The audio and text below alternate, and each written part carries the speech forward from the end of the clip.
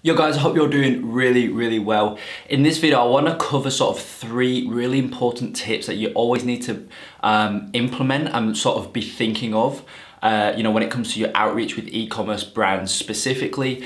But these tips I'm going to cover can really just be applied to any business. They said these tips work really sort of especially well for e-commerce, but they can be used for any niche really that you can obviously your services are applicable for. So the first tip that I want to cover is you always want to ensure that you're either speaking to the business owner or the decision maker.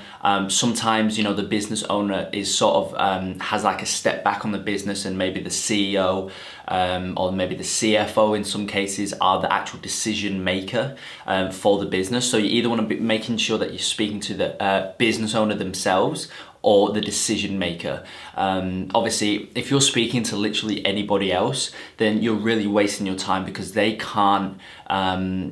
There's 2 main reasons behind that. First of all, they obviously can't make the decision. So if they're fully convinced, it really doesn't matter, simply because obviously they can't say yes or say no to you. Obviously it's got to go higher up than that. And second reason is, if you put in all this work into convincing somebody who's not the decision maker, and then that person themselves go and tries and convinces the actual decision maker or the business owner, it's never going to come across as powerful if they say it, whereas if you say it, compared to if you say it yourself. They're probably going to like butcher it in terms of messing up their words, really just not conveying that same value that yourself can provide and convey. So you just really don't want to be speaking to anybody but the decision maker or business owner.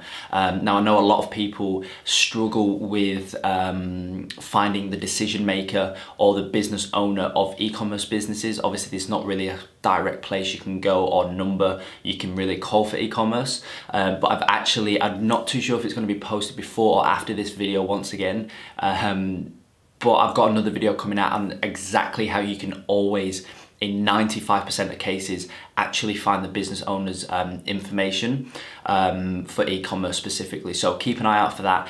As I said, that's going to show you exactly 95% of the time how you can always find the business owner's information. But that's tip 1. You always want to be making sure you're speaking to the business owner or decision maker, because if you're not, then you're really wasting your time, because if they're not one of those 2 people, they can't really make a decision on behalf of the business, and there's no point trying to convince them, because them relaying the same information just won't be as effective. Okay, so that's the first tip.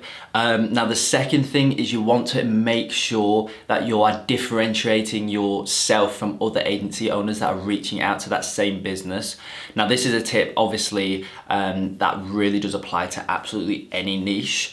It applies to any niche. You want to always be making sure you're sort of setting yourself apart from everybody else, because you've got to understand that these businesses will be getting messages all day, every day, especially for e-commerce, because obviously paid traffic and social media marketing is especially of importance to them, more so than say like a dentist. Obviously dentists still work amazingly well, but you get where I'm going. E-commerce really heavily sort of rely on paid traffic, so they're going to be getting people messaging them all the time. They're going to get them messaging them all the time, sort of pitching in a way the same thing that you're pitching. So you have to differentiate yourself so that you stand out. It's funny, I signed on a new client last week, e-commerce business doing around 100k a month. And I said to them, why did you sort of choose me? I wanted to sort of know why they chose me over everybody else, because this client actually wasn't running any ads, so I knew that they would be getting so many messages of people wanting to run their ads because they're not running them already.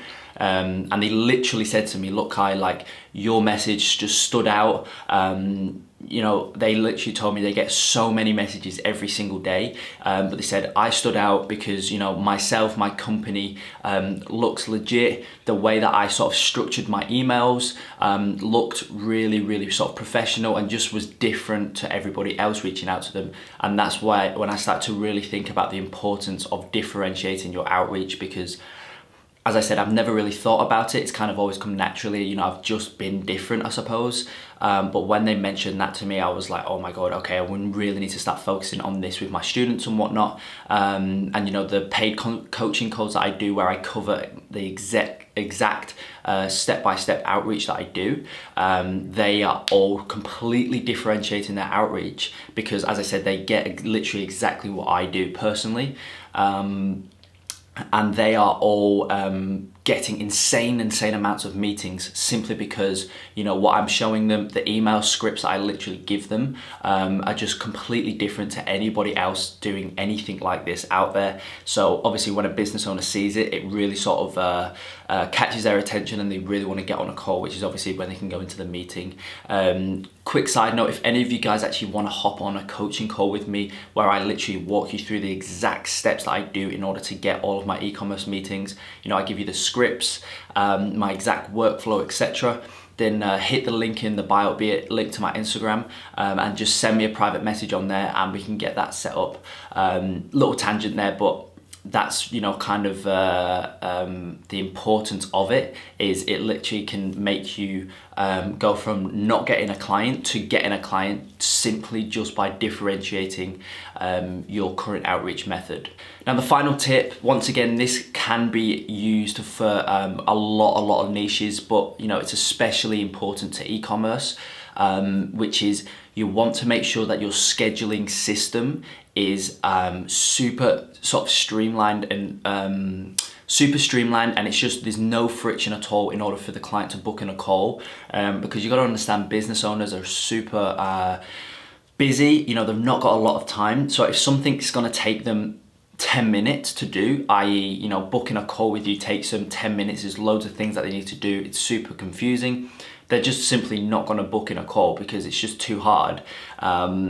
And so you want to make sure that your scheduling software or scheduling system is super streamlined. It's very easy for them to book in a call. And you know, there's just no friction for them to do it. Once again, I want my current scheduling software has literally, people have said to me how insanely good it is, how easy it is.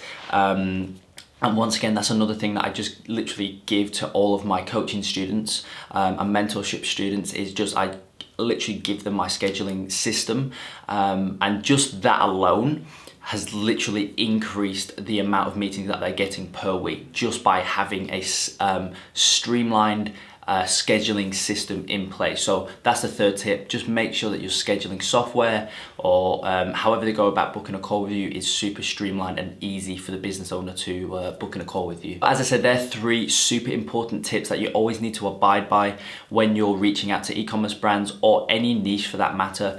As you can probably tell, these tips can be applied to any niche. But you know, I'm personally in the e-com niche and these work amazingly well for the e-commerce niche. So make sure you follow them. And you know, I hope this kind of opened your eyes a little bit more as to what the main things are that I personally am thinking about when I'm outreaching to e-com brands and whatnot. So I hope you enjoyed and I'll see you in the next one.